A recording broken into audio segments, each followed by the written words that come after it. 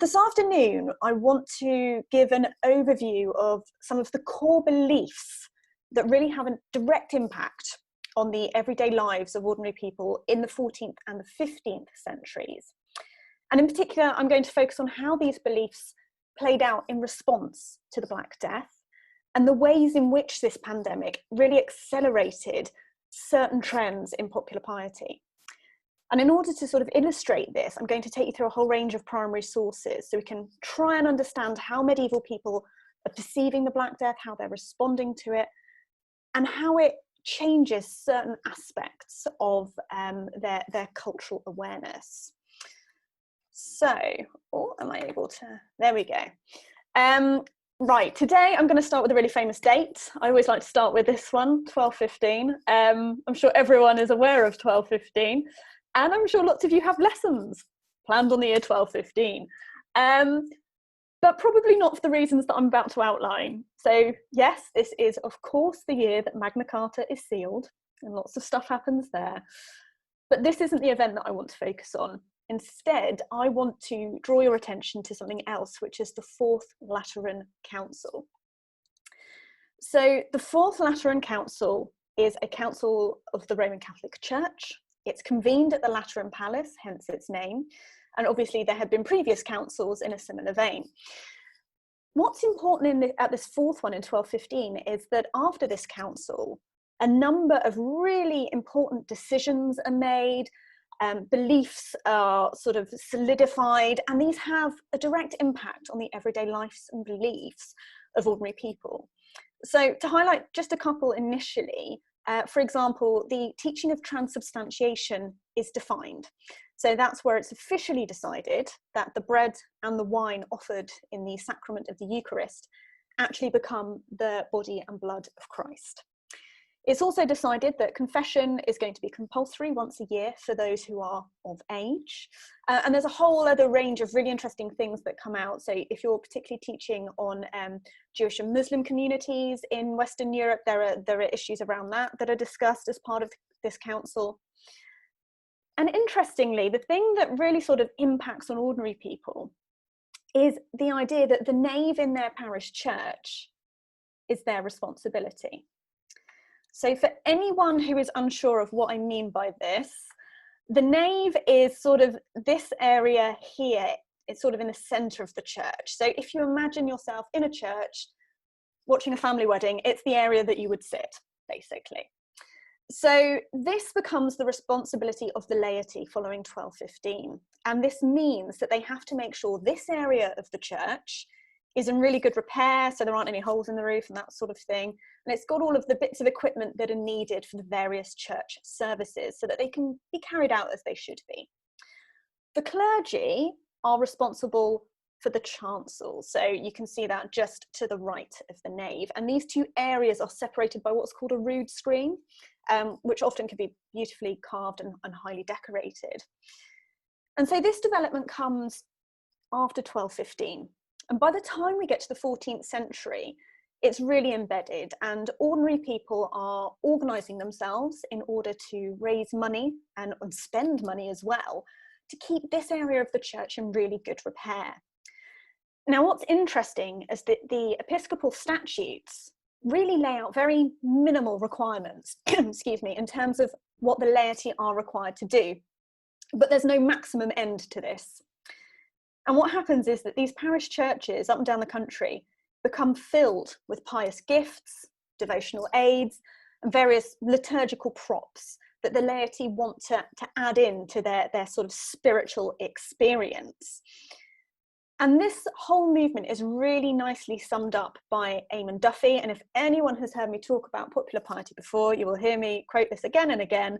It's from his book, The Stripping of the Altars. And he says, "If we can take it as the axiom of human nature that your money is where your heart is also, then the hearts of late medieval and early Tudor English men and women were in their parish churches." So why did ordinary people take this responsibility to heart? Why did they go above and beyond what was required of them in the 14th and the 15th centuries? Well, the reason for this partly lies in the development of the doctrine of purgatory. And this belief has a huge impact on the everyday lives of people in the Middle Ages. So again, by the 14th century, this concept is really firmly embedded in the medieval mindset. And it's this place, this waiting room where you're going to go between heaven and hell, and you're going to spend some time there. Your soul will wait and it will work off the various sins that you've committed during life before you can go on to heaven. Obviously, if you commit certain mortal sins, you will go straight to the fiery gates, and only a sainted few really end up going straight into heaven, and everyone else has to spend some time in purgatory. And again, we often describe it as this waiting room, but it really isn't the kind of waiting room where you would want to linger for longer than is necessary, because it's basically a lesser version of hell. So whatever minor sins you may have committed during your lifetime, your punishment that you have to endure would reflect that. So for the ladies out there, one sort of common minor sin that you may have been accused of in this period was being a gossip or a scold. So you might spend a few millennia with your tongue nailed to a post, or, you know, something equally uncomfortable and unpleasant. So it's not somewhere you want to be for a very long time. And what this development in this doctrine does is it really encourages ordinary people to try and offset as much of their sin as possible during their lifetime. They can spend less time in purgatory. And they can do this through good works. And these good works could include things that we would really sort of see as charitable good deeds today. So feeding the hungry, sheltering the homeless, visiting the sick. Also burying the dead was included, which is an interesting one. And of course, giving money to your parish church for it to be repaired or enlarged or redecorated. So this development in this doctrine, along with the laity's increasing responsibility for the nave, means that in the later Middle Ages, we see an explosion in investment in the parish church. And it is, you know, huge building projects, all the way through to sort of purchasing musical instruments. A whole range of different types of investment can be seen. Now, I've drawn your attention to these two things. You might be sitting there thinking, well, what's the Black Death got to do with all of this? Well, to understand the medieval mindset, we really need to understand their worldview. And when the Black Death arrives, we can look at the sources and we can think, well, why did people react the way they did? It can seem quite alien to us, you know, looking at it from this standpoint in 2020. And L.P. Hartley really famously said, the past is a foreign country. They do things differently there. And that is very true. And I think we need to try and remove our 21st century sort of glasses and think, well, how did they perceive this pandemic when it arrived? Because if we throw it into the mix, you've got this development of purgatory, this increasing responsibility of the laity for the nave of their church, we can start to see how the Black Death has a further impact on these beliefs, and it sort of shapes how people respond to it. Now, just a little kind of caveat, a few things about the Black Death. I'm sure everyone's really well versed in the Black Death, but in case anyone wants a refresher, we now know, thanks to DNA testing, that the Black Death, the disease that arrived in England in 1348, was caused by Yersinia pestis, which was carried by fleas, including those found on black rats. But I do need to be fair to the black rats and say that it was also carried on other mammals as well. We do have a lot of chronicle accounts of the arrival of the Black Death in England. So it's actually the Chronicle of the Greyfriars at Lynn who describe it really, really well. And they say that in 1348, sailors actually arrived in Melcombe, which is now Weymouth, bringing with them from Gascony the seeds of the terrible pestilence. And then from the south coast, the disease spreads really rapidly throughout England, along all of the major roads, killing approximately half of the population. What's also really important to remember with this is that the disease doesn't just appear in 1348 and go away again. It keeps coming back periodically, and that happens throughout the medieval and the early modern period. So in the 14th century alone, there are big waves of it in the 1360s and the 1390s. And then, of course, there's the very last famous outbreak in 1665 to 6. Of course, the Black Death doesn't disappear completely. We've seen in the news recently that there are still cases today. Luckily, it can be treated with antibiotics. Everyone will be really pleased to know. But the Black Death was seriously unpleasant and it was deadly. It killed very quickly. Some chroniclers, including Henry Knighton, report that it only takes a couple of days for people to die after they've contracted it. So it kills very, very quickly. Contemporaries also recorded the symptoms of the disease, which included, of course, the painful swellings, the buboes, which appeared around the lymph nodes, so the neck, the armpit, and the groin. Also, other symptoms that are described, such as in this account that I've got on screen, black blisters of various sizes or black spots appearing on other parts of the body, the tongue and the lips turning black, coughing up blood, and also extreme thirst.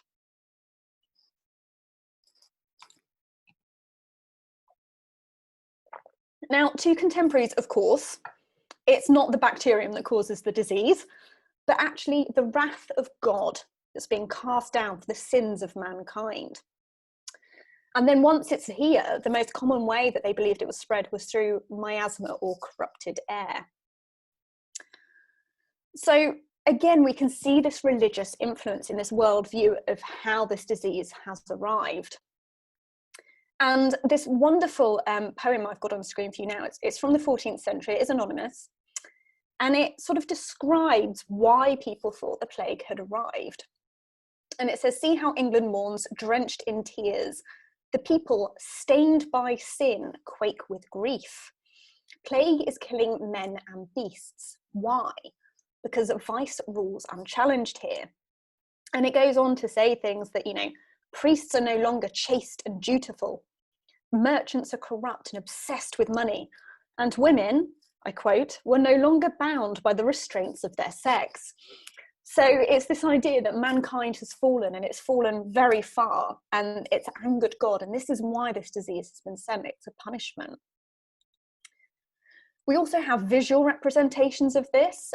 This is one of my favourite paintings. And you can see we've actually got Christ depicted as throwing down arrows of plague onto the people below.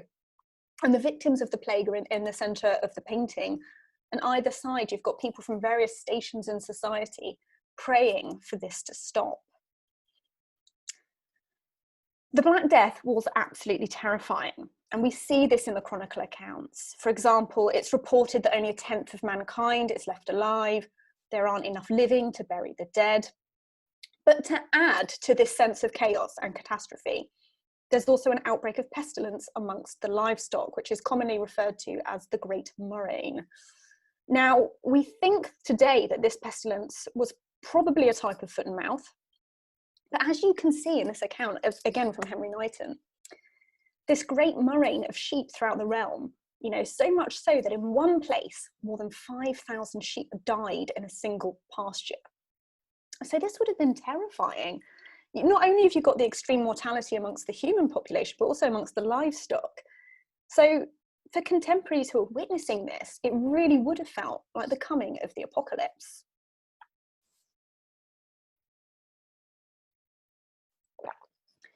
So what happens then in the second half of the 14th century in response to this pandemic?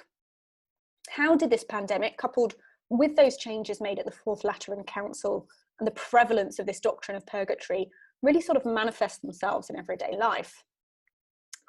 Well, to explore this further, as I said at the start, I do want to take you through some surviving source material, which can really help give us an insight into this. But I need to do that with a couple of caveats. First of all, one of the main issues with using medieval sources is that they can be very scarce and they can be patchy, so coverage can be an issue. And this means that for the medieval period, possibly more than most, although historians from other periods may disagree with me, you do need to use a really wide variety of sources so that you can cross-reference and try to fill in as much as possible any gaps that you might have in your knowledge. Excuse me. So the examples I'm going to use today come from art and architecture, which you're probably all quite comfortable with. But I'm also going to use some documentary evidence to help us understand everyday life and belief in the age of the Black Death. And now this is often the part where people start to switch off, because medieval documents look like the one that I've put on screen for you, which is one of the documents I've used in my own research. And obviously it requires a certain level of training to be able to access these documents. So you need paleography to be able to read the old handwriting. Usually you need certain languages, all of which are dead and not particularly helpful for everyday life today. So Latin, medieval French, or Middle English, not the kind of thing you're going to learn for your holiday. But there are plenty of places where you can find modern translations of important texts, as well as lesser known collections. And if anyone is interested, I have a whole handout on where you can go to find some of this material, and I'm happy to share that. So, one of the most famous developments that came out of the Black Death is the sort of the prevalence of death in art that we see. So most commonly the dance macabre, or the dance of death motif, and also the use of cadaver or transy tombs. Now, with the threat of death ever present, there really becomes this sort of increased openness around the image of death, and we can see that in both of these developments. So cadaver or transy tombs clearly displayed the image of the corpse of the deceased, and the decaying body was often shown with exposed skeletal features, sinews, and sometimes even such delightful details as maggots. In the example that I've got on screen for you at the moment on the left-hand side, this is actually the tomb of the Earl of Arundel. And you can see that he's sort of depicted as he would have looked when he died on the top, and then underneath you've got his decaying corpse.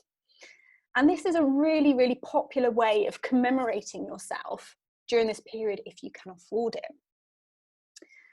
Now, in the dance of death motif, we've got the personification of death as a skeletal figure, and he's usually leading various members of society in a dance.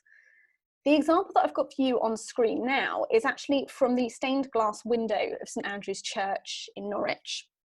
And it's interesting because you can see death there playing a game of chess with a bishop. And the idea here is that no matter where you stand in the social hierarchy or how close you are to God, death will ultimately checkmate you. So it's quite a chilling message to receive. Now, both of these are sort of quite strong reactions to the Black Death. They're quite new developments that come directly out of the pandemic. In other areas, the Black Death actually accelerates trends which were already emerging, and it's really important to highlight that. Because by the time the Black Death arrives, a lot of these kind of trends are already, in place. These beliefs are already embedded. And often what we kind of tend to think is that if you manage to survive the Black Death, if you make it to 1352, then life is immediately better for you. However, for the majority of England's population, those real tangible benefits of surviving don't occur until a generation or two later.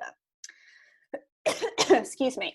So this famous graph that I've got up is probably one that you've all seen. It's from Hatcher's book, Plague, Population and the English Economy.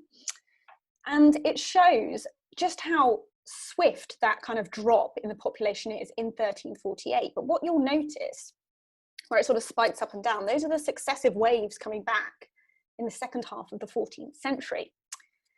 And it's really those sort of successive plagues that keep the population down. They stop it from recovering, which in turn results in longer term labour shortages.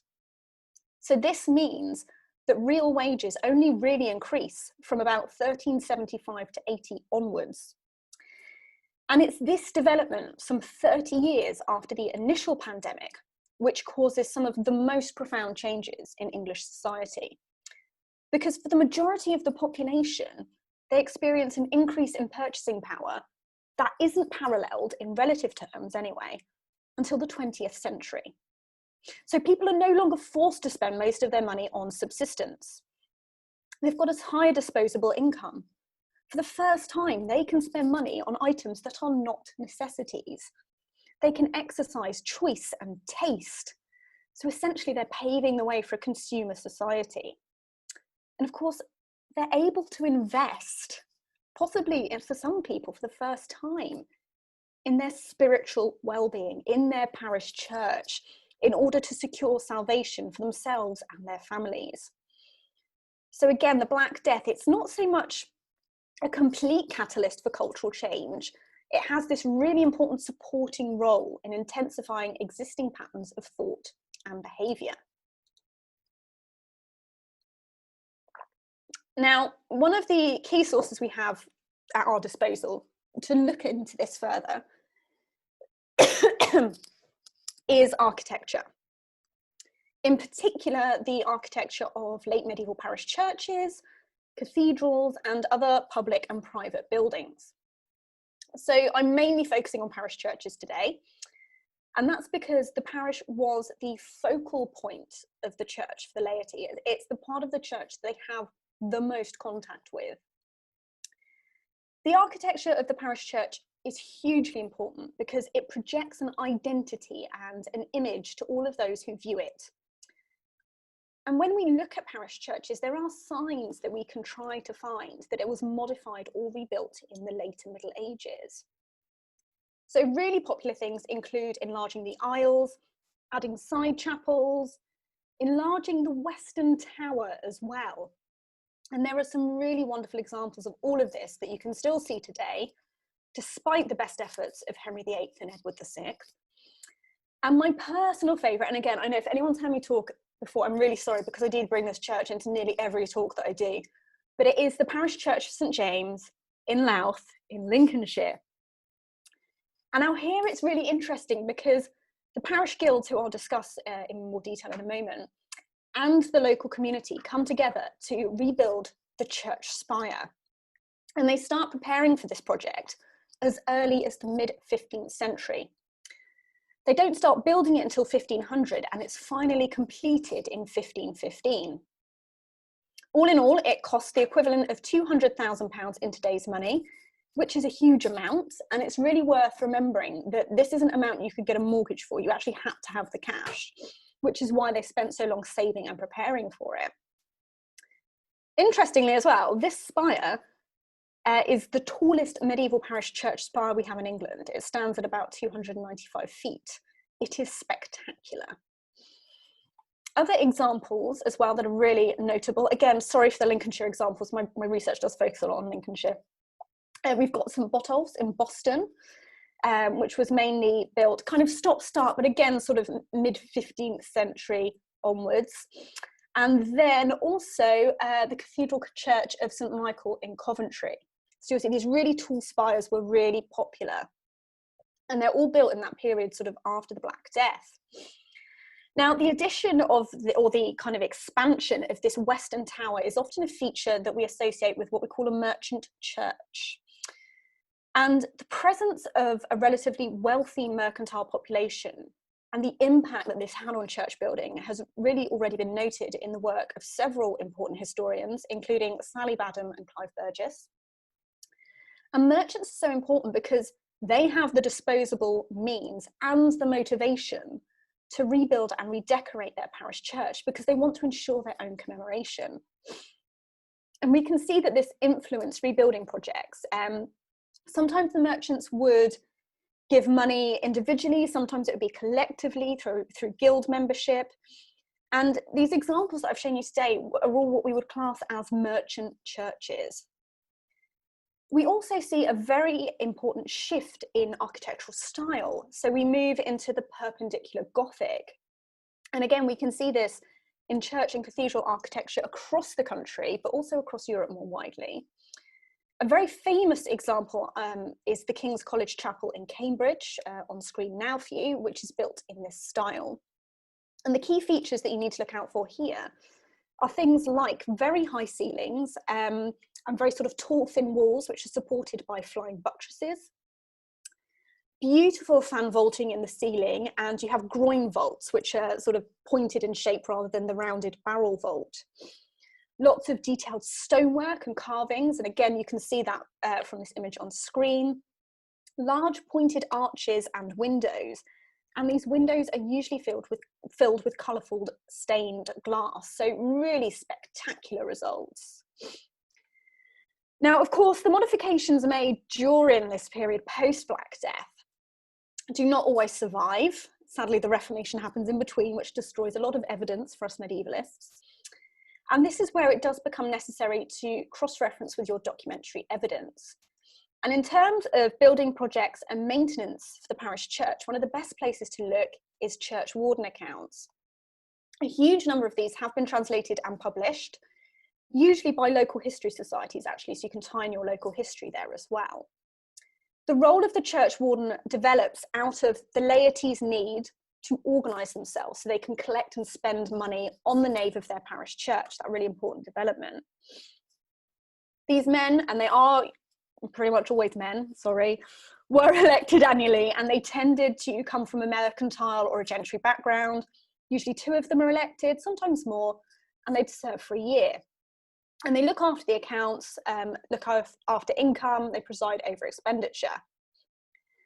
These accounts are not the most exciting thing to read. It's not like reading a chronicle. It is literally a list of incoming payments and outgoing expenses, sometimes with a lot of detail about planks of wood and types of nail.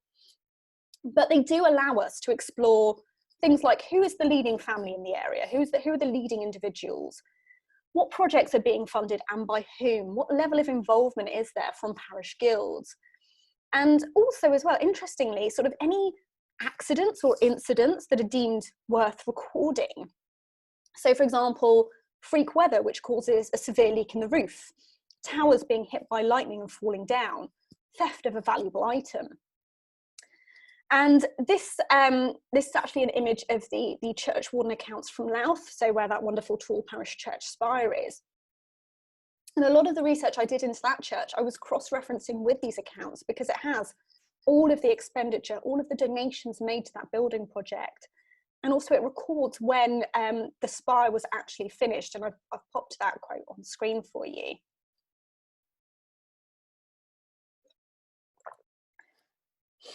Now, there is some surviving evidence for what the church would have looked like inside. Sadly, a lot of this has been destroyed during the Reformation. The example that I've got for you today comes from Cambridge. It's the Doom painting from St Andrew's Church in Chesterton. And it can be really difficult for us to comprehend what a parish church might have looked like on the inside because it was so different to what we see today. But things like this can give us an indication. So over this arch, I've only got the right-hand portion up there for you, but on the left-hand side, you would see New Jerusalem, its towers and its walls, and the souls of the righteous going up to heaven. On the right-hand side, which I think is more interesting, there are a number of devils who are pulling people from their graves, which you can sort of just about make out here. And these people that are being pulled out by the devils include kings, popes, and monks. So again, this idea that, you know, everyone's going to face their judgment. And there's even a picture of a devil wearing reading glasses and ticking names off his list, which I love. So visual reminders such as this, along with verbal reminders from parish priests, would have meant that the concept of purgatory, hell and judgment are constantly at the forefront of people's minds. And their decisions, their actions and their understanding of the world are really influenced by this. Now, often to explore how the rest of the church may have looked, we're reliant on things like inventories.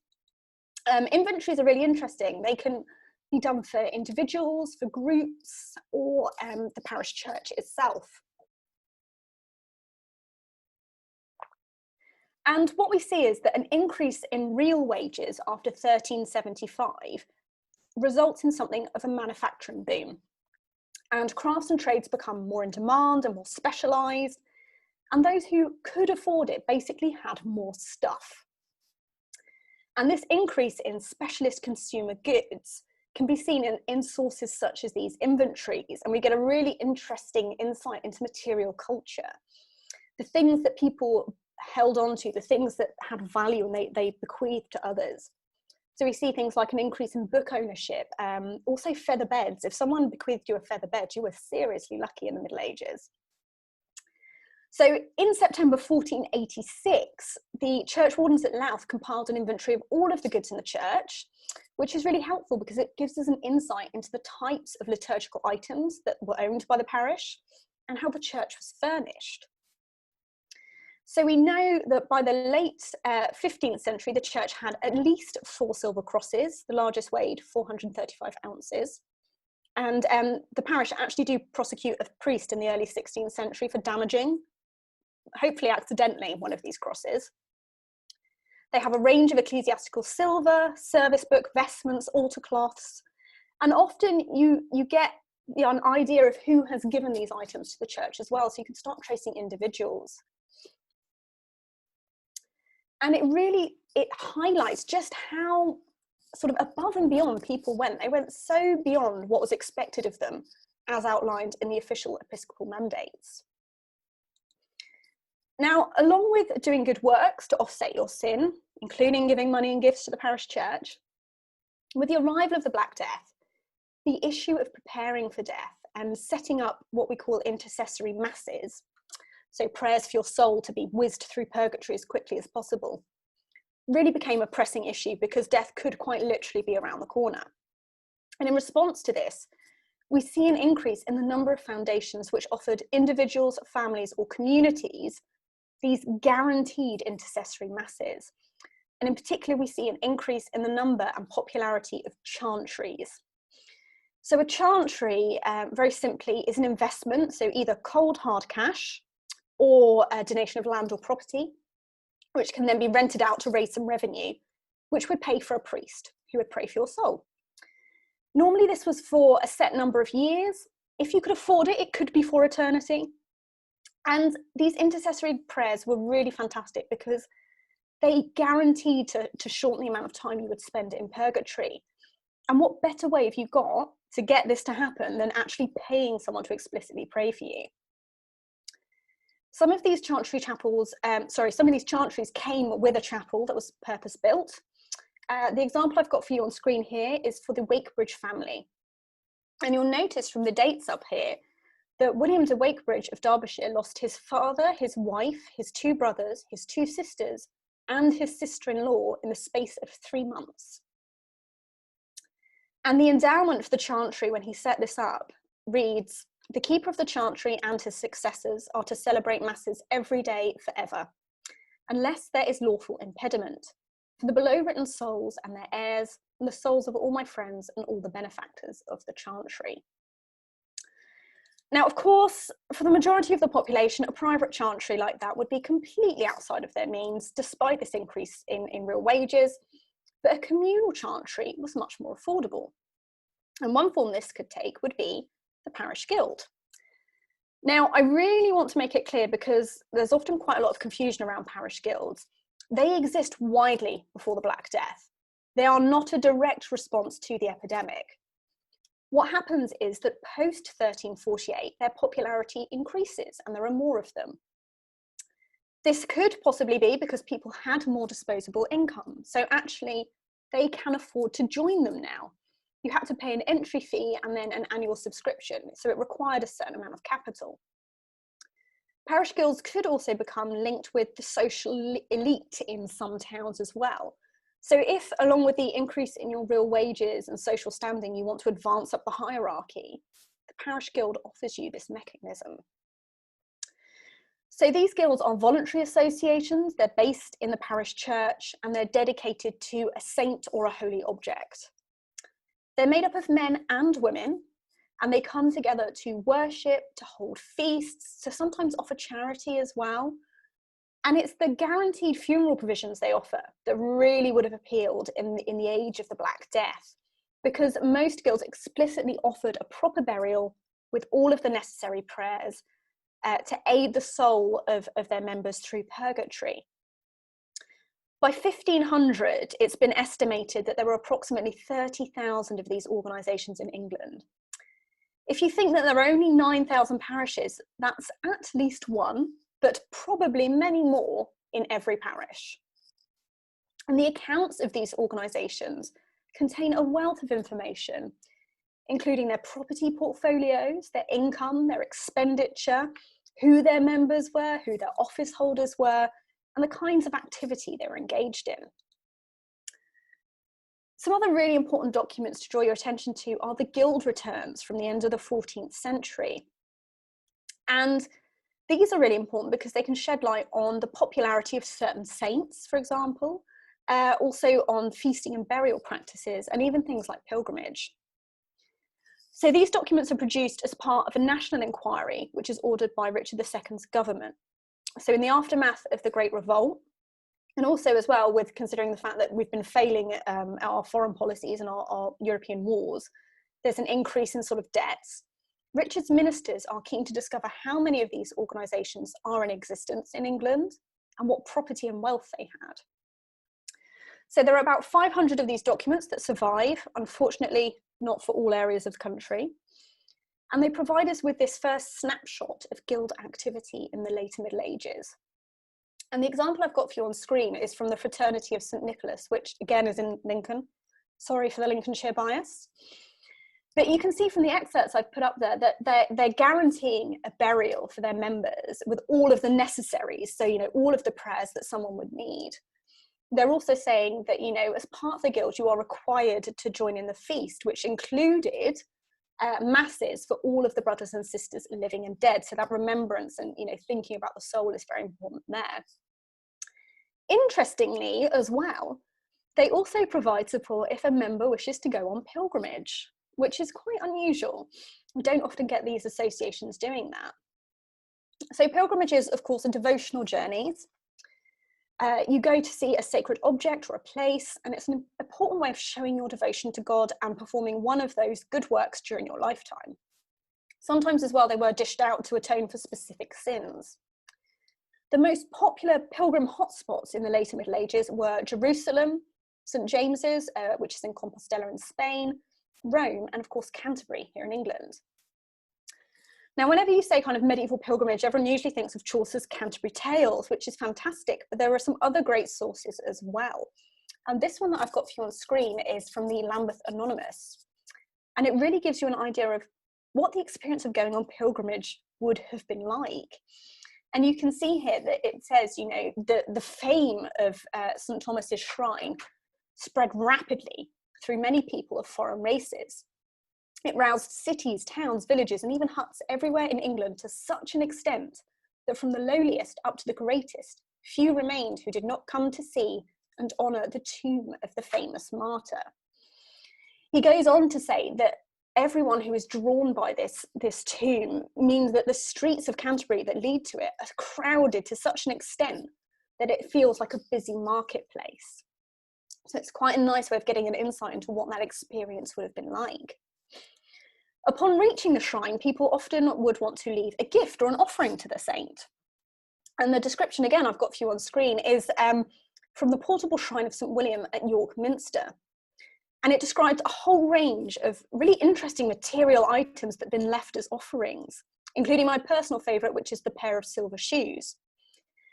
So not only does this highlight how invested people were in material terms in their religion and their faith, but again, we get a sense of the type of objects that are starting to be produced in this period post-Black Death. And another way that you can sort of trace this belief and also this material culture are through wills. Now, wills are a particularly tricky source to deal with. It's quite tempting to view them as an expression of an individual's desire or piety, but they do need to be used in conjunction with other evidence. Because, well, first of all, not everyone could make a will, not everyone could afford it. And obviously, at the time of a pandemic, you might literally not have time to do it. But also there's an element of what I call deathbed panic that sets in. And most wills are in fact written by a scribe and not the testator themselves. So it's quite difficult to disentangle those voices. If you use them sensitively, though, they can provide us with an insight into what is important to an individual in terms of faith, networks of sociability, so who were their friends, family, neighbours, business associates, and also again this material culture and the types of things that are being manufactured in the post-Black Death period. And if we cross-reference this with other documents, including guild or church warden accounts, you can sometimes see whether or not a testator's wish has been carried out. So the example that I've got for you on screen today is from Dame Lady Strangeways, who dies in about 1500.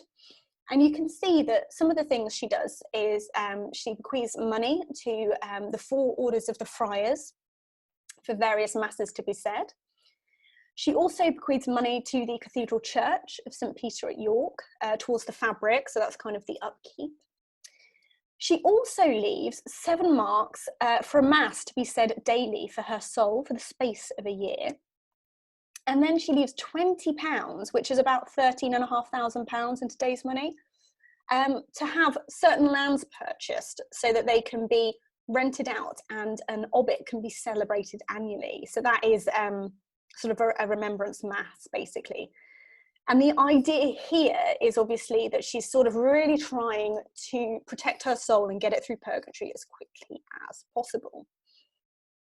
So through using all of these different sources, we can really sort of get quite a colourful insight into the objects and belongings that medieval people had and the types of things that they're bequeathing really to benefit their soul.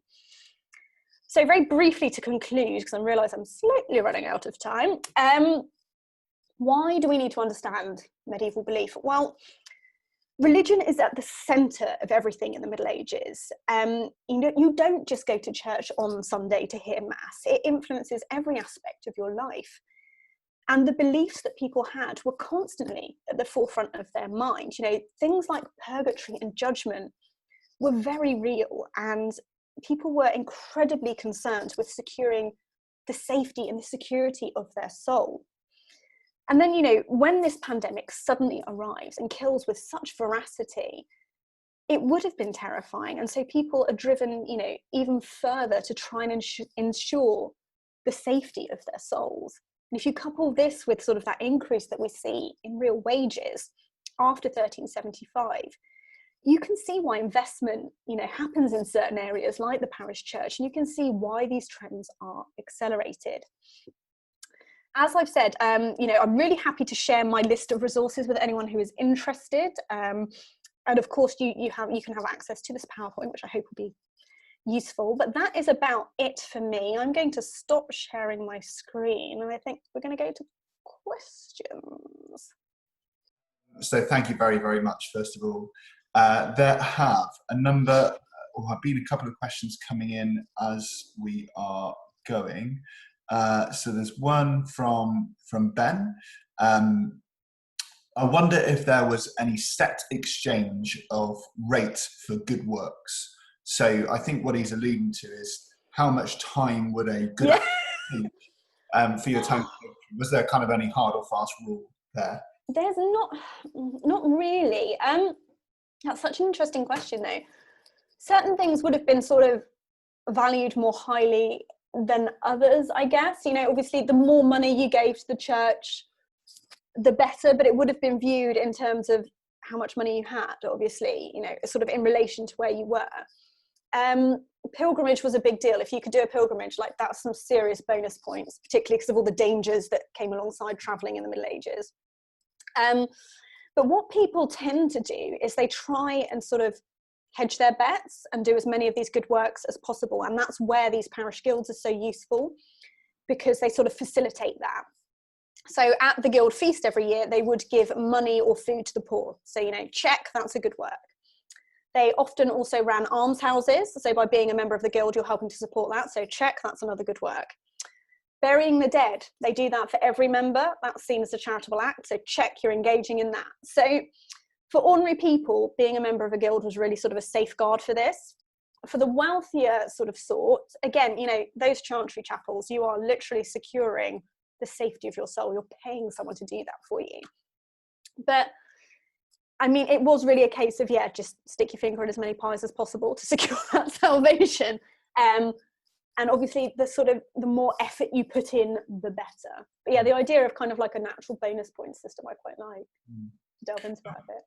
And was there, I guess kind of leading off that, and again, it's probably a silly question, but is there any evidence of kind of going rates for certain things, i.e. if you were investing in a chancery chapel, does that not that I've found, no. I mean, of course, you've got kind of things like indulgences, which are a whole separate issue, and that becomes very contentious because you're essentially sort of buying your way out of things. But it's doing the best that you can with what you have. So, if all you can afford is 12 pence to the parish church, but, that's a huge amount of money for you, and that would have been viewed very, very well. If you frequently engage with the various charitable acts that go on in the community, again, that would have been perceived really, really well. So it's all kind of in relation to your material wealth, I guess. A kind of related question again from Ben, I think. Yeah. Where does the idea of purgatory originate from, or what date? Oh gosh, it's a weird one, because it's sort of, there's not a set date to my knowledge, but it definitely starts emerging sort of in the 12th and 13th centuries. And this is why later with the Reformation, people get really funny about it, because they're like, well, it's not actually written down anywhere in the Bible or anything. So it starts emerging quite early on. And then it really gets established sort of towards the end of the 13th century and into the 14th century. But as sort of an exact date, I couldn't give you one, but sort of think high Middle Ages in English terms. Of course, everyone dates their Middle Ages differently. Where it originates from, that's a good question. That's not something actually that I would like to give an answer on, because I'm not an expert. But I'm sure there are lots of people out there who would be able to answer that. So I'm going to get out of that with a historian's clause of, oh, I don't know, my research hasn't specifically looked at that. I think I can't be more helpful. That's fine. So a question from Richard, actually, talking afterwards. Would Mass have continued whilst the pandemic was occurring, during the Black Death? Right. So probably not, simply because one of the main problems is that parish priests were dropping like flies. There's a huge turnover in parish priests. Actually, there's a lot of complaints from the chroniclers that because of this shortage, they're letting any old person become a parish priest, and they can't read and write and they don't know what they're doing. So I think people would have tried to maintain the masses, whether sort of in their church or through their parish guild, who also offered masses. But of course, there would have been disruption, because if your village is suddenly hit by this pandemic and the priest drops dead, you are in a bit of a pickle. So things sort of do go a bit awry, but people would have tried as much as possible to maintain that aspect of their life. I mean, one of the really common misconceptions with the Black Death is that, with all of these mass graves, people were literally sort of chucked in without any ceremony. We know that's not true. People are buried really carefully, and they try to give them the proper rites as much as possible. There's a really interesting sort of mandate that's issued from the Pope that says, because people are dying so quickly and the parish priest isn't always available, you can give your last confession to an ordinary layperson. And he does say, even if she's a woman. So, there are mechanisms to try and cope with this, and people would have tried to sort of keep up with things like mass and the last rites and all of that anyway. But yeah, I mean, undoubtedly there would have been disruption, simply because of the sheer turnover of priests just dropping. So yeah. That's interesting. So it wasn't necessarily like today in terms of they're not having mass in order to kind of go. No, so lockdown or sort of quarantine didn't really happen. They do it in Italy, actually. They're sort of in some of the Italian city-states, and they're sort of self-governing, so it's done slightly differently. They did introduce kind of the idea of quarantine, obviously not for the same sort of reasons that we did. But over here, it's not such a thing. They tend to kind of resort to things like, nice smelling herbs to ward off the bad air, but no kind of full-scale lockdowns and things, no. And of course, because of the whole purgatory thing and the fact that you've suddenly died and you might not have prepped for that, people are very keen to have their masses and everything. So yeah. A nice segue, given you just mentioned Italy. We've had a question from someone who comes from Italy. Lovely. Their experience in teaching students in England, I think they're saying they found it quite difficult to get across this idea of religion being really important. And I know as a English teacher in England, or teacher of history in England, I find that difficult as well. To really impart just how important it is. I taught when I teach A-level, I've taught the Crusades, and I spend a couple of lessons really unpicking what medieval is. It's a foreign country. So I guess the question really from Danilo is how would you approach that? How do you think we could? So this is an ongoing problem, and it's not just in schools, it's when we get them as undergrads as well, and they take their first medieval course, and you really try to hammer home how important the church is. One approach is to try and get them to think about, you know, something that is equally as important as, and influential in their own lives. Now, myself and a colleague that I work with, who's an A-level teacher, we've tried to work this out, and we haven't found an exact parallel yet. So if anyone's got suggestions, please send them our way. Because when you try and think about something that influenced every aspect of someone's life, and that, you know, by the time we get to the Black Death, it's been in place over here for, you know, well over 1,000 years, really, or just under 1,000 years, sorry. What is our modern equivalent? It's not the internet. I mean, I know that influences every aspect of our life and feels like a human right now, but that's only been around for 30 years. So it is really difficult for them to comprehend. And I mean, the way I try and do it is to get them again to understand the mindset, like how people saw the world and why they saw it that way. Because I think if you kind of go in with, I'm going to tell you about the medieval church, people automatically switch off. And I know, because that's my area of research, and they're like, why do I care about this parish church or this guild or this bit of religion? And it's because if you want to understand the medieval world, you have to understand that. You know, it would be like trying to teach the year 2020 without kind of, you know, unpicking things like democracy and equality. Like you just couldn't do it. So it is tricky, and I wish I had an answer to how to do it. And I'm really sorry, I don't. I feel like I'm kind of getting out of that one as well. But, you know, it's just trying to think of an equivalent. And again, if anyone's got any suggestions, I'm all ears, because, you know, me and my colleague have struggled with this one. And it is just, you know, try and sort of bring it in from that sort of that individual ground level aspect. I mean, one way of doing it is to sort of, there's some brilliant stuff that Ian Dawson is doing about kind of, you know, how ordinary people lived and experienced things, and sort of role play and the idea of taking on the medieval character. And I think that's so interesting, because in a way you do have to put yourself in their shoes. You know, if you were in this world that didn't have, you know, the science to explain earthquakes, or, you know, you weren't aware of things that are going on and how pandemics were spreading, like it's a logical thing. The miasma theory as well, I think, well, that's actually quite logical, because if we think of airborne diseases now, it makes total sense. So again, it is just trying to get them to put themselves in people's shoes and to have empathy. I think that's the main thing, because there can be a bit of, oh, medieval people are stupid because they believed in this, and you're like, well, were they? Oh, I don't think they were. So it is very tricky, and, you know, it is a problem, particularly sort of in the English system, that because most of us don't go to church anymore, like, you know, some kids have never been inside a church. They wouldn't, you know, again, not a religious person at all, but I study religious history, which people find quite odd. You know, it's just not something we as a country engage in. But I do think, yeah, maybe kind of thinking about how you can get the students to take on that sort of that personal aspect and put themselves in someone's shoes, and, you know, that kind of thing could potentially help. Thank you. I think it's tricky, isn't it? Oh, it's so tricky. I think we've run slightly over, but I think we've got time for one more question, and I'm really sorry to anybody whose questions I haven't put to Claire, but maybe, Claire, if you have a look through the chat afterwards, and you can always write an answer to them. Yeah, sure. Is going. So one last question, which I thought was really interesting.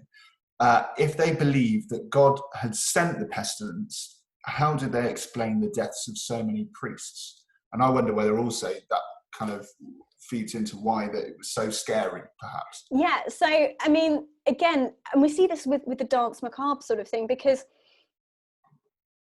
it was coming for everybody. And I think it's the idea that it's mankind being punished as a whole.